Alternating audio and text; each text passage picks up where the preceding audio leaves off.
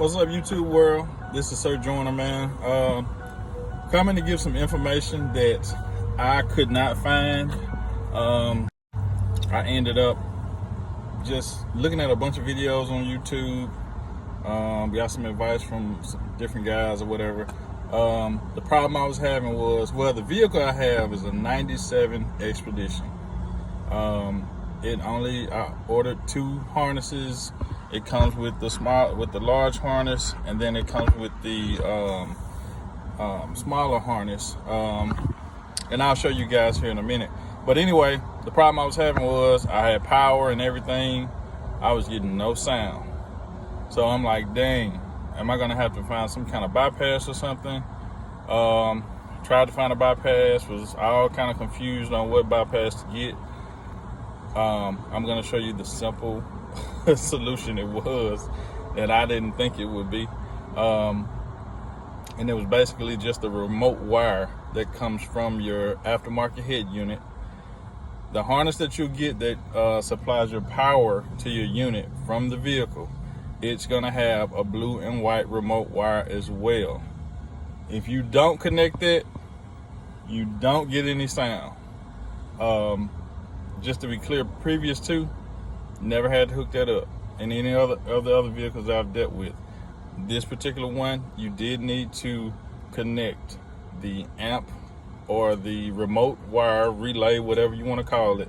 You do have to connect it in order to have sound. Otherwise, you'll have power, you will not have sound. So I'm gonna show you guys. All right, guys, to explain what I was trying to tell you. Okay, this is basically gonna be your power.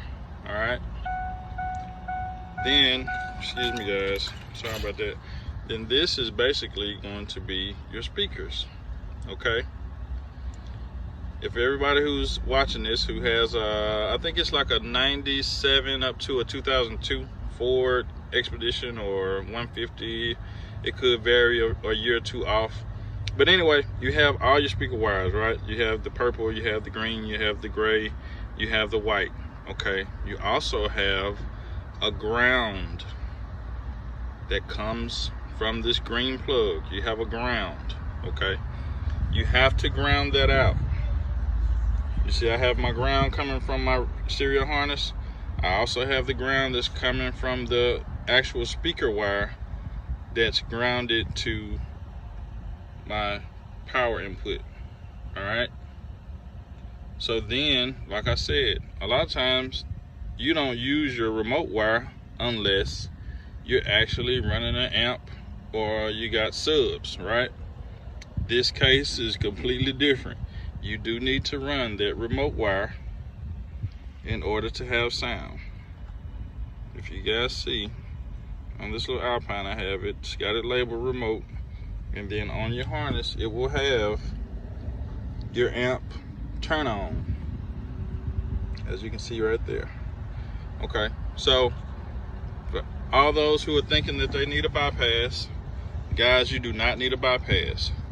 Connect your amp turn on or your remote wires to your harness and to your harness on your stereo. Also, make sure that you ground that black and white ground wire. Make sure you ground that to whatever you're grounding your stereo to. Okay, as you guys can see. All right, and then that'll give you sound. You can just bypass having to run wires to the back of the truck or anything weird like that, man. So hope this helps anybody who's trying to get the information. Okay, so guys, just to conclude, yeah, I am at work at the fire station anyway, but to conclude, I hope this helps anybody who's figuring that they need a bypass. You actually don't. You don't need the bypass.